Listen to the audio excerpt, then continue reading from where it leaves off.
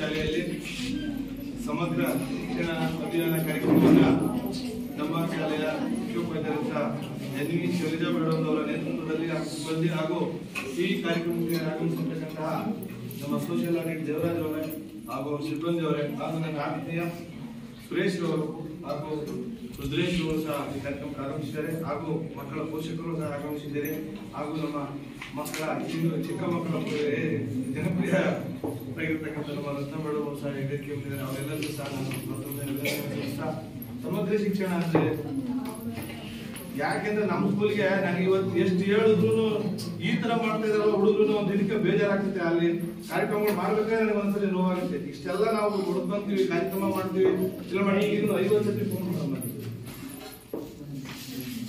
50 ಸತಿ ಫೋನ್ ಏನ್ ಮಾಡಿದೆ, ಎಷ್ಟೆಲ್ಲ ನಾವು ಕಾರ್ಯಕ್ರಮಗಳು ಮಾಡಿ ಮನವರಿಕೆ ಮಾಡ್ತೀವಿ. ನಾವೇ ಕೆಲಸ ಕಾರ್ಯ ಬಿಟ್ಟು ಸುಮ್ಮನೆ ನಿಮ್ಮ ಕೆಲಸ ಮಾಡಕ್ ಬರ್ತೀವ, ಟೈಮ್ ವೇಸ್ಟ್ ಮಾಡಕ್ ಬರ್ತೀವ? ನಿಮ್ಮ ಭವಿಷ್ಯಕ್ಕೆ ನಾವು ಬರ್ತೀವಿ, ನಿಮ್ಗೆ ಅದ್ರ ಬಗ್ಗೆ ಕಿವಿನೇ ಅರಿವಿನೇ ಇಲ್ಲ. ಜೊತೆಗೆ ಓದೋದ್ರ ಜೊತೆಗೆ ಜ್ಞಾನದ ಅರಿವು ಇರಬೇಕು, ಬದುಕನ್ನ ಹೆಂಗ್ ಕಟ್ಕೋಬೇಕು ಅನ್ನೋ ಒಂದು ಜ್ಞಾನ ಇರಬೇಕು. ಈ ವಯಸ್ಸಲ್ಲಿ ಓದ್ರಿ ಅಂತ ನಿಮ್ಗೆ ಹೇಳಿದ್ರೆ ನೀವು ಆಡೋದೇ ಬೇರೆ ತರ ಆಗತ್ತಲ್ಲ.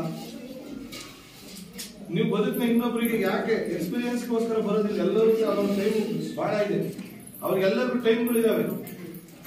ಆ ಟೈಮ್ನ ಬಿಟ್ಟು ಬಂದು ಮಾತ್ರ ಯಾಕೆ ಹೇಳ್ತಾರೆ ಅಂತಂದ್ರೆ ಯಾವುದೇ ರೀತಿ ನಿಮ್ಮ ಮನಸ್ಸನ್ನ ಬೇರೆ ರೀತಿ ಪರಿವರ್ತನೆ ಮಾಡಿದ್ರೆ ಶಿಕ್ಷಣದ ಬಗ್ಗೆ ಅರಿವು ಇರಲಿ ಅಂತ ಬರೋದು.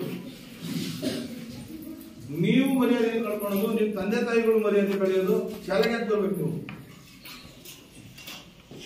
ಅವನಿದ ಅವನಿಗೆ ಜೈಲಿ ಕಳಿಸ್ಬಿಡ್ತಿದ್ದವನ್ನ ಅವತ್ತ ಬಿಟ್ಟು ಬೈಕ್ ತಗೊಂಡು ಹುಡುಗಿ ಹಿಡ್ಕೊಂಡು ಬೈಕಲ್ಲಿ ಬಂದು ಚೇಸ್ ಮಾಡ್ತಾ ಇದ್ದಾನೆ. ಇದ ನೀವು ಕಲ್ತಿರೋ ಬುದ್ಧಿ? ಇಡೀ ನಮ್ಮ ಶಾಲೆಗೆ ಕೆಟ್ಟ ಹೆಸರು ತರ್ತಿದ್ದೀರ ನೀವೆಲ್ಲ.